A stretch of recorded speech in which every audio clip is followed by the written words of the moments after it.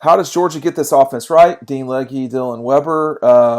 Yesterday we talked about at the close of the podcast and the video, whatever. What is this? A show or a podcast? Both. Depends on Yes, what platform you're listening to it on. yes. Well, there's a slew of platforms. Are you really by that they're just a little bit off? I mean, Jake Fromm keeps saying that. I mean, I think so, I guess, because I think they have the potential to do it. They have the players there. They have the infrastructure. If they don't look like they are close, but I feel like they could at any moment break through. I mean, how I'm not different? saying they will, but How different is that game if you hit those two passes in the first quarter? oh, way different. Yeah, I mean, I don't think A&M can can play from behind. They would have probably been behind maybe 17-3 or 20-3 at the half, and they weren't scoring. That's the thing, Yeah. man. I mean, like I said yesterday, uh, everybody's got to be able to have bad days. Now, the offense has had about four. The defense hasn't had any yet. It doesn't Hmm. feel like. It is stunning that they have only allowed 19 points or fewer the entire season. That just seems hard to fathom. Yeah, the defense has been incredible, and I don't think they've had bad spurts, but I wouldn't say they've had a bad game. And it doesn't feel like they're dominant. You know what No, I'm because sometimes if teams get into a rhythm on Georgia's defense I will say has a little bit of issues stopping that rhythm. And Kirby even talked about that yesterday, and you could see that with the Auburn game specifically is when they pick up a first down on a couple plays, they seem to be able to get in rhythm on Georgia's defense, just teams in general. And I well, think that's a reason why they don't seem as dominant. if you can get into a rhythm against Georgia's defense, then I'm just, I'm just a small rhythm on one drive. no. But what my point is that if you can get to rhythm on Georgia's defense, why can't you? Why can't Georgia's defense get on and get in rhythm too? That's kind of my question. Is excuse me, Georgia's offense get in rhythm? That's my question. Is I at what stage do they kind of get rolling,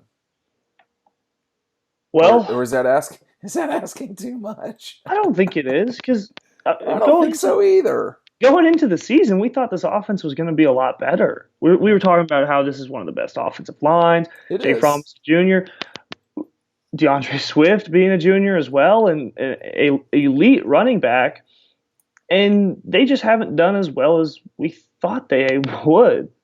But that doesn't mean they aren't capable because they still have the players to do that. And against Yeah. a defense like Georgia Tech's or a defense like LSU's, they could, I don't want to say easily, but it would make sense for them to start getting it rolling then. Against LSU's defense, you said, or Tech? LSU or Georgia Tech, honestly. Well, Georgia Tech's defense is not the end of the world. I don't think it's a good defense, but No, it's not. It's not. It's fine. I the mystery of this team. I mean, Jake is not playing the way that we're used to. He's missing balls. The throw to Pickens, which yeah, Pickens slow down, okay, but that wasn't that's just one, that's the example. That's not the only explanation. The only example. Um, did they look this bad against Auburn in 17, Georgia? Offensively, At Auburn, yeah, offensively. I'm trying to think. I don't. I know they scored 17 points. One of those touchdowns was pretty late in the game. I mean, what I'm trying to ask is, can you get going? I mean, I think any one thing can get you going, and Whether it, you never know what that could be. it could be a DeAndre Swift 70-yard run. A He has not had a 50-yard run very often this year. And no, it feels like that's used to be what all he did was these freaking explosive, plays. but then again, to be fair, he was also kind of Yeah. in a more reserved role Yeah. than in 2017. He was the third back last year. He was kind of the second, 1B, if you will. So I think I guess teams focused a little less on him Yeah. then, especially in 2017, than they do now. So I wonder if that has something to do with it. But that doesn't mean he's not capable of doing it any second in the game. That's the scary part, and that's the kind of amazing thing about this Georgia defense that they that they've not allowed more than 19 points in a game. I mean, it's just crazy. It seems criminal almost, and there's no one player on there that you're like, well, you better stay away from him because he's trouble. I mean, J.R. Reed has had a good year, but Tay Crowder and Monty Rice have both been really solid. they've been good, but like none of those guys, you're sitting there going, It, man. it wasn't like a Roquan Smith Yeah, these or a guys are Deontay first round Baker. guys for sure. I mean, no, I mean, I didn't get that feeling at all. But I mean, hey, that's me. I think any one thing is an excuse to get going. I wonder. I mean, I thought the flea flicker was a very well placed call. You know, there's times when Jake has been missing kids. Is he going to miss them the entire season? You want to play well at the end of the year. Hey, we're at the end of the year. The defense is playing really well. The special teams, I think, have played really well. Um, it's just the offense. It's the missing piece. Yeah, for sure. And I think everyone's kind of realized that. Have they had a truly dominant game? I I guess mean, against Florida, it was pretty good. they did what they wanted to against Florida. I mean, against Tennessee, True. they did what they wanted to do against Tennessee. Against South Carolina, they did what they wanted to do, with the exception of the four turnovers. It's really been since the Carolina game that Georgia has, I mean, certainly struggled to score. Well, if you want to, I mean, all of this is in the prism of being a prisoner of the moment. Um, you look at the way they performed against uh, South Carolina, the 400 something yards passing the ball. Kentucky, a three touchdown win. Then you go into Florida and you play pretty well offensively. A four touchdown win over Missouri. And then doing what you want to do in terms of scoring against Auburn and having to hold on late because you couldn't kill the game off. Sometimes we're too critical, I guess. But there's no question that something seems off with this offense. It's not smooth. It needs to get into a rhythm again. Do you think you go fast at times if you're Georgia?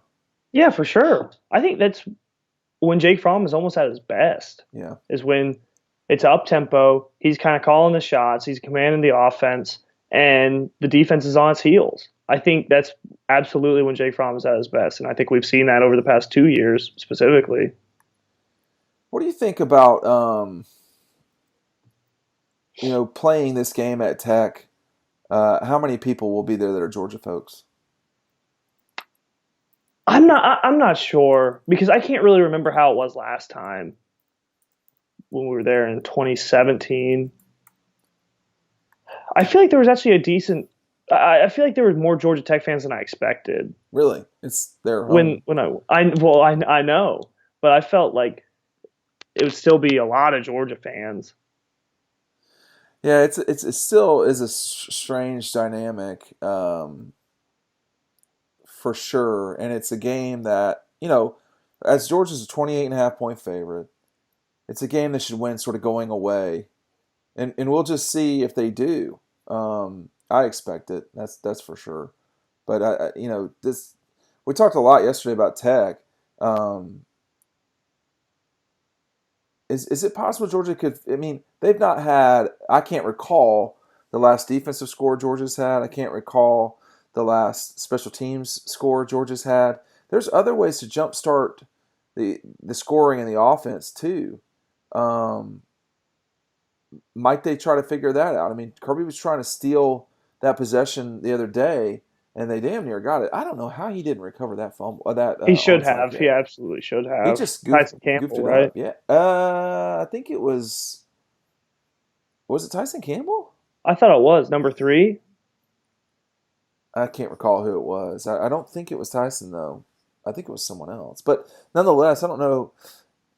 Does that bother you that Kirby does that because it felt like at that moment they really had the game in hand.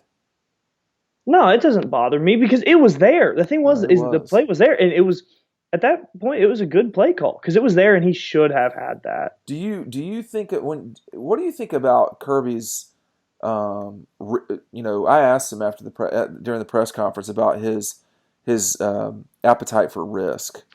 What do you make of that? Because he certainly has no problem doing it. No, we've seen it in LSU last year. He went for the fake field goal with Rod running the ball Yeah, in the SEC championship game at the middle of the field. Everyone knows what happened there.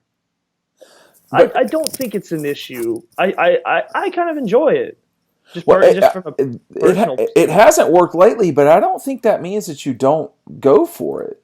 I agree. No, because the thing is with this staff is they aggressively look for those kind of things. If they see one little miscalculation, it's weird. If they look at special teams, they're like, okay, this guy never lines up here when we line up like this. If that's the case, if he's not lined up there, then we have this opportunity to get it on the outside, something like that. And see, And Fromm told me after the game that they thought it was going to be the possession before that. And I'm looking at the play-by-play here. That was in the second half, but I can't remember exactly when it was. Obviously Georgia would have just had to have scored. Yeah, I think it was after the touchdown, right? let's see here. It was after a field goal, it looks Okay. like. Um, and then A&M, but see, A&M, that was when they were stopped on that 4th and 1, it appears. Yeah. Onside kick is a hyphenated word, which makes sense. Um, yeah, it was there, man. And then if you, It was. I think I wouldn't even say it was there. I think it was like wide ass yeah, it open there. was. Yeah, no, it was. That should have been.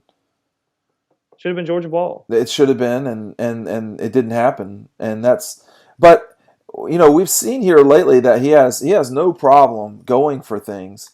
My question is just, when is that gonna, like, when are they going to get one of those? Because they did not survive the LSU and Alabama um, special teams trick plays, but Hmm. in this case they did against South Carolina. They did in 2017. So does he keep going with this stuff? Don't you think LSU's got to be sitting there going, when is this guy going to pull a fake? I think no. I think he'll continue with it because you want to be unpredictable. You want people to be guessing and second guessing themselves going up against you because it leaves them on their heels. And that's exactly what Kirby Smart's trying to go for with these. And they haven't worked out, but I think you have to maintain that kind of unpredictability in you. He said yesterday about going for the jugular in the press conference. I think that was the phrase used. Was that what it was? I can't remember, but that's The the gist of it. summation. Yeah, the Yeah. summation of it. It doesn't feel like that though in these fourth quarters. That's what a lot of people would say. They're saying, Well, well, you're not going for the jugular if you're running on first, second, and third down. no, What's your the comment to that? the third and long throw against Florida, No question. that was going for the jugular. Yeah. I think the onside kick, Yeah. maybe not going for the jugular, but was Well, they stepping would have in. been up 16-3, man. If you go up 19-3 there, you're talking about 2 touchdowns, 2 point conversions with only 20. Let's see. Well, it's still been 25 minutes left to play in the game, but it's not a lot of time. It's the time you're starting to run out of time, and you hadn't scored a touchdown at that point. That was actually not that bad of a gamble, frankly. The I, onside I, kick, no, yeah, I think people got to kind of get used to. Hey, he's gonna he's take. gonna go for those Yeah, things. he's gonna take gambles, and something that's you know 55% is not a gamble. That means you should kind of get it. He's going It, for 35%, yeah, where people are saying there's no way. he he's hitting on 15 and 16. They had a fake against TCU in 2016. I don't recall them running many other trick plays back then. Do you? No, I'm trying to think. I don't think so. Not in 2016. 2017, did they have many? Well, they had the onside kick against Carolina. I think to either start the game or something like that. See, if you're him too, man. It was to start the half, wasn't it? I think it was the game, but I can't remember. It was either the game or the half. It wasn't just like a random onside kick. But if you're him, I think you got a case to onside kick it a lot because you're sitting there going, well, you might not get a first down against my defense. Hmm. So, we'll risk 15 yards. Because he's saying, hey, when you punt it to us down there anyway, we probably got it at the 30, maybe you pin us at the 15 or something. And Mhm. after the onside kick, Georgia ended up stopping him on fourth They down did. that drive. It's just that, I get it now, because fans say, "Hey, look, this is my team. I don't like you messing with my team. I don't care if you're the head coach or not." But he he is not conventional in a lot of ways. He believes in one thing that I believe in, and I think this is why I think I would try to run things the way that he does, which is he believes in recruiting more than that is his core belief. Hmm. And I believe that since I played college basketball because I sat there and watched.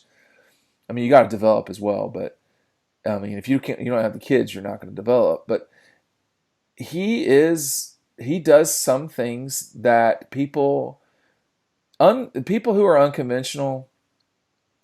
It's always hard to explain that to folks who are conventional, and most of the public is conventional. So that he does these things, I don't think it makes him a great head coach necessarily. I think that he is a very good head coach and is willing to do those things. Shows that he's got faith in the kids, certainly that play defense for him at a minimum.